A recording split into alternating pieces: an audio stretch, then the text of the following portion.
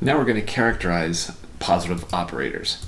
So theorem 7.35 tells us that an operator is positive if and only if it's self-adjoint with all eigenvalues non-negative, if and only if it has a positive square root, if and only if it has a self-adjoint square root, if and only if there's an operator R such that T is R adjoint times R. Okay, so now with that under your belt, the first thing you should think about is all those examples I gave you in the last clip about positive operators, and ask yourself if I was lying about any of those. Okay, so let's go ahead and do the proof. So this is going to be a round robin extraordinaire. A implies B implies C implies D implies E implies A. So they all imply each other. Okay, so let's get going with A implies B off the start. So suppose that T is positive. Okay. Then we have that T is self-adjoint by 715. We already actually did that one. So then we can let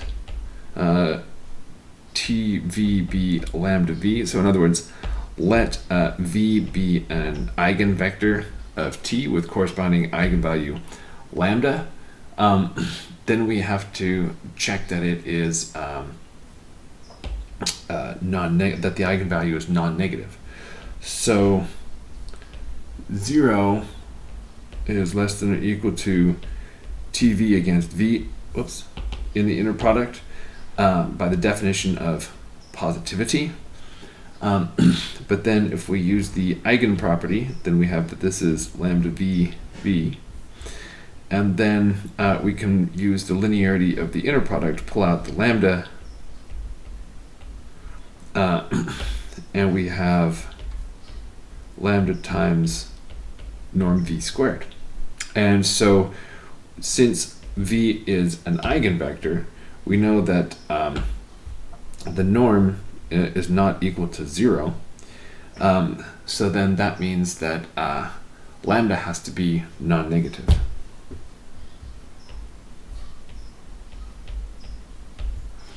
Okay, and that gets us the first step.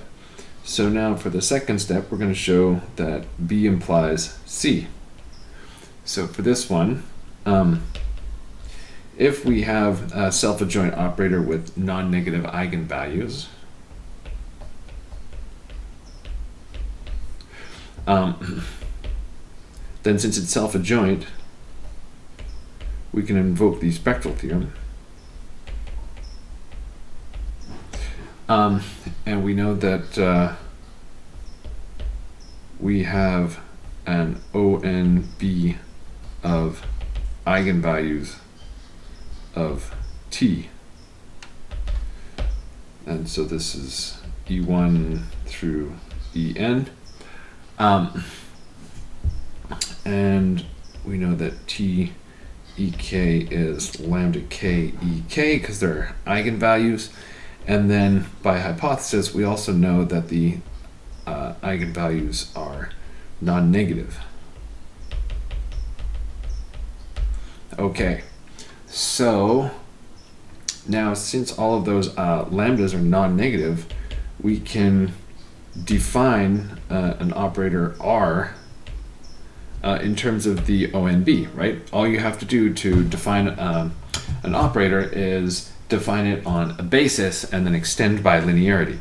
So we say R times Ek is going to be positive square root of lambda K times Ek.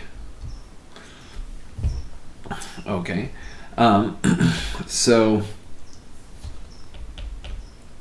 then it's clear that R squared is equal to T.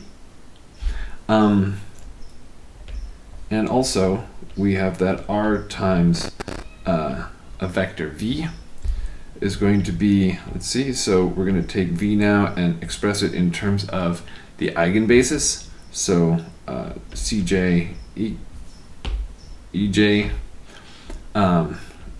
and Ck, Ek. Um, and then using the linearity of R and then the linearity in each slot of the inner product, we can shuffle this all around and it will become the double sum over both j and k of lambda j cj ck, and then we have ej ek in the inner product here. So notice that when I applied R to this one right here, that's where this eigenvalue popped out. And so then let's see. So what's going to happen now is this this double sum of n squared, this sum of n squared terms right here. Most of them are going to be equal to 0 whenever j is not equal to k, right? By the orthogonality of the orthonormal basis. So the only ones that stick around are where they're the same. And when they're the same, oh, and I just realized I made a mistake. Did you see the omission that I made? See if you can find it. 5, 4, 3, 2, 1. I forgot the conjugate for the constant coming out of the second one. So when I have j equal to k, then I have cj times cj conjugate. So that's going to be cj norm squared. Okay. And then this guy is definitely non-negative because it's a sum of non-negative terms. Remember, these guys here are non-negative by hypothesis. And then obviously the norm squared of a complex number is going to be non-negative as well. So that gives us that our R is a non-negative, a positive operator. So now let's see. So we've got C implies D next on the agenda. Line that up a little there. So C implies D. Okay, so suppose, so we're assuming now that T has a positive square root.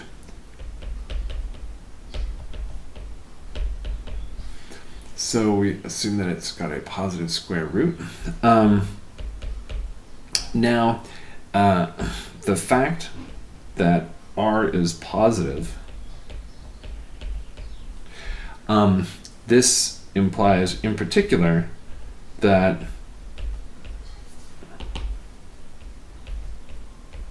the inner product RVV is a real number, because if it's a non-negative number, it's a real number. And then we have a characterization of self-adjoint operators as being the ones for which RVV is always real. So R is self-adjoint, and that's by 7.15 again. Okay, and that's what we're supposed to show for D, that it's self-adjoint. Okay, next step, D implies E. So now we're going to suppose T is equal to R squared with R self-adjoint. Okay, well, then T is equal to R squared, which is R times R, right? And if I make that first R into an R star, because self-adjoint says I can, then we're done. So that one's kind of trivial. And then last step is to wrap it around back to home base.